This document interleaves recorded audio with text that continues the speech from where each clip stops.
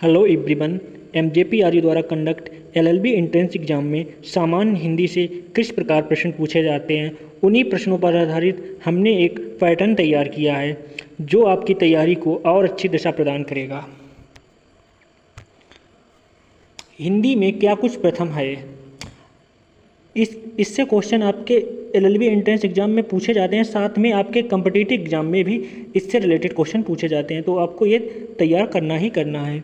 बात करें हिंदी की प्रथम कहानी की, तो हिंदी की जो प्रथम कहानी थी वो आपकी इंदुमती थी, और इंदुमती के लेखक हैं आपके किशोरी लाल गोस्वामी। वहीं हिंदी का जो प्रथम उपन्यास था वो आपका परीक्षा गुरु, और परीक्षा गुरु के लेखक हैं वो लाला श्रीनिवास दास, इनके लेखक हैं। वहीं हिंदी का प्रथम नाटक आपका नहुष, नहुष के जो लेखक हैं आपके वो गोपाल चंद गिरिधर दास। हिंदी की आपकी प्रथम एकांकी का नाम एक घूट है, एक घूट के जो रचनाकार हैं वो आपके जयशंकर प्रसाद।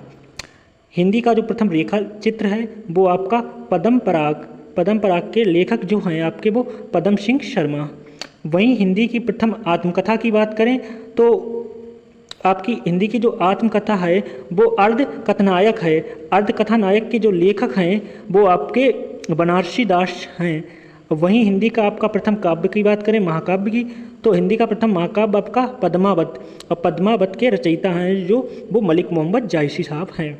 वहीं हिंदी की प्रथम जीवनी की बात करें तो आपकी भक्तमाल, भक्तमाल के रचनाकार आपका नभा दास हैं। क्वेश्चन ऐसे पूछा जाता है कि हिंदी की प्रथम एकांकी के रचनाकार हैं, तो आपके पास 4 ऑप्शन होंगे, तो आपको वहाँ पे जयशंकर प्रसाद टिक करना है। या क्वेश्चन ऐसे पूछा जाता है आपका हिंदी की प्रथम जीवनी के या हिंदी की प्रथम जीवनी का नाम बताओ, तो आपके पास 4 ऑप्शन होंगे, तो आपका जहाँ भक्तमाल मिल जाए उसको आप टिक करना है। क्वेश्चन पूछा जाता है हिंदी का प्रथम उपन्यास का नाम क्या था, तो आपको जहाँ भी परीक्षा गुरु मिल जाए वहाँ आपको टिक करना है। क्वेश्चन किसी भी टाइप से पूछा जाए आपको बस इसका फॉर्मेट तैयार होना चाहिए, आपकी प्रथम क्या है और उसका वो कहानी है, उपन्यास है, नाटक है, एकांकी, बस आपको ये तैयार होना चाहिए, उसके लेखक। आपका यहाँ पे 1 से 2 नंबर आपके कंफर्म हो जाएंगे यहाँ पे। नेक्स्ट आपका हिंदी साहित्य की प्रथम रचना आपकी पृथ्वीराज रासो, पृथ्वीराज रासो के रचनाकार हैं वो चंद बरदाई। वहीं आपकी प्रथम कवि हैं जो हिंदी के वो आपके सर हपा हैं। हिंदी का प्रथम यात्रा वृत्तांत जो है आपका वो सरयू पार की यात्रा है। हिंदी का जो प्रथम सम्मेलन हुआ था वो आपका नागपुर में हुआ था। हिंदी की प्रथम पत्रिका आपकी उदंड मार्तंड। क्वेश्चन ऐसे पूछा जाता है उदंड मार्तंड हिंदी की प्रथम है क्या है, आपके ऑप्शन होंगे पत्रिका, आपका यात्रा वृत्तांत, आपको दिया जाएगा आत्मकथा या कहानी, तो आपको टिक करना होगा हिंदी की प्रथम जो पत्रिका उदंड मार्तंड है वो एक पत्रिका है। क्वेश्चन चाहे इधर से पूछा जाए और चाहे इधर से पूछा जाए, आपको दोनों तरफ से आना चाहिए। नेक्स्ट आपका हिंदी साहित्य अकादमी जो पुरस्कार है वो आपके माखन लाल चतुर्वेदी को मिला था। इनकी एक रचना था वो हिम्मत रिंगड़ी, इसके लिए इनको मिला था। जो यहाँ पे डा है उस पर मात्रा ई की है, ये है एक गलत टाइप हो गया मुझसे। वही बात अब बात करें हिंदी ज्ञानपीठ पुरस्कार आपका वो सुमित्रा नंदन पंत को मिला था, किसकी रचना के लिए, वो चिदम्बरा। क्वेश्चन ऐसे पूछा जाता है आपकी कि जो चिदम्बरा है उसके लेखक का नाम बताओ, तो आपको सुमित्रा नंदन पंत पता होना चाहिए, या सुमित्रा नंदन पंत को किस रचना के लिए ज्ञानपीठ पुरस्कार मिला है, तो आपको तब भी पता होना चाहिए, चिदम्बरा आपको लगाना है। क्वेश्चन कैसे भी फ्रेम हो आपको बस उसका आंसर पता होना चाहिए। हिंदी का प्रथम व्यास सम्मान आपका रामविलास शर्मा को मिला था, और खड़ी बोली का प्रथम महाकाव्य आपका प्रिय प्रवास, जिसके रचयिता हैं हरिओध। नेक्स्ट आपका यूएनओ में जो प्रथम हिंदी में भाषण दिया था वो आपके अटल बिहारी वाजपेयी जी ने दिया था। यूएनओ में जो सबसे प्रथम भाषण दिया था वो आपके अटल बिहारी वाजपेयी ने दिया था। प्रथम हिंदी सम्मान जो प्रथम हिंदी में सरस्वती सम्मान मिला था वो आपके हरिवंश राय बच्चन को मिला था। हरिवंश राय बच्चन की आप एक कृति भी याद रखना, बहुत पूछी जाती है, जो मधुशाला। और हिंदी में ज्ञानपीठ पुरस्कार पाने वाले प्रथम महिला थी वो आपकी महादेवी वर्मा। इनकी रचना थी यामा। इनके लिए इनकी बहुत सारी रचनाएं, यामा है आपकी, गिल्लू है, गिलहरी है, ये आपको रचनाएं भी इनकी याद होनी चाहिए। इनका जन्म फर्रुखाबाद में हुआ था, आपको ये भी याद होना चाहिए। नेक्स्ट अब कुछ हम MCQ डिस्कस करेंगे। भारतीय संविधान में किन अनुच्छेदों में राज्य भाषा संबंधित प्रावधान दिए गए हैं? तो ये आपका GS का भी क्वेश्चन हो जाता है, आपका पॉलिटी का भी क्वेश्चन हो जाता है और हिंदी में भी पूछ लिया जाएगा, आपको तीनों में ये काम आएगा क्वेश्चन। तो आपके पास ऑप्शन है 343 से 351 के बीच में, सेकंड आपके पास है 443 से 315 तक। ये मिसप्रिंट हो गया है क्वेश्चन मुझसे।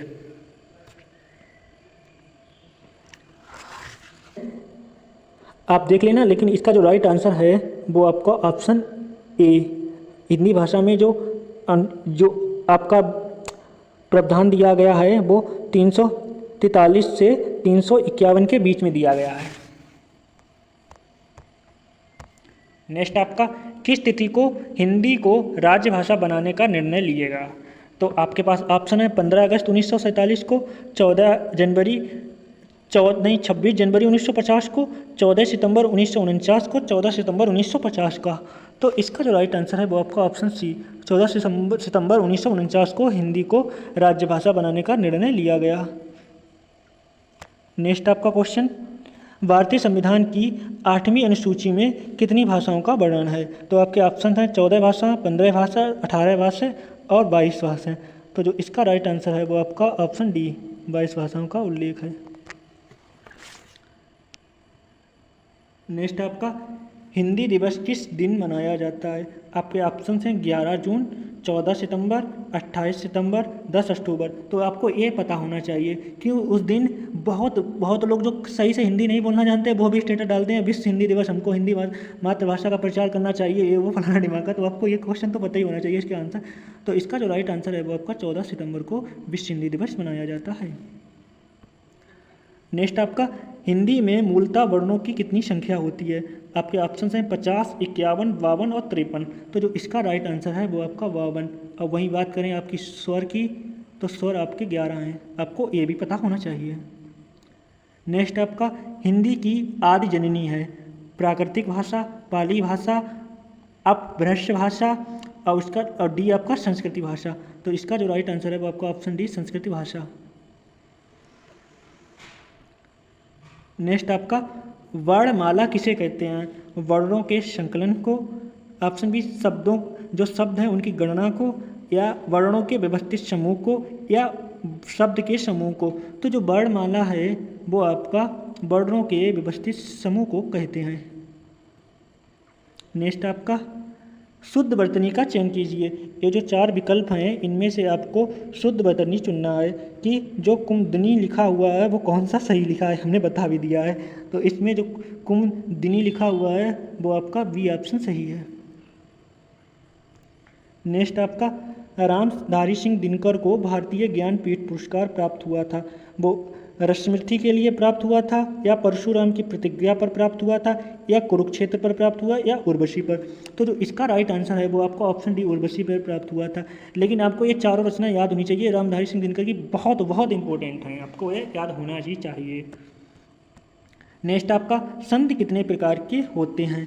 तो आपके पास ऑप्शन 2, 3, 4, 5। तो संध होते हैं वो आपके 3 प्रकार के होते हैं। आप लोग सभी कमेंट बॉक्स में बताओगे इन संधों के प्रकार। नेक्स्ट वीडियो हम आप 5 सेकेंड बहुत जल्द लाएंगे। तब तक आपको बॉक्स में ये बताना है कि भारती किसकी रचना है, इसके रचयिता कौन है। आपको ये सभी लोग कमेंट बॉक्स में बताएंगे। Thank you for watching and supporting.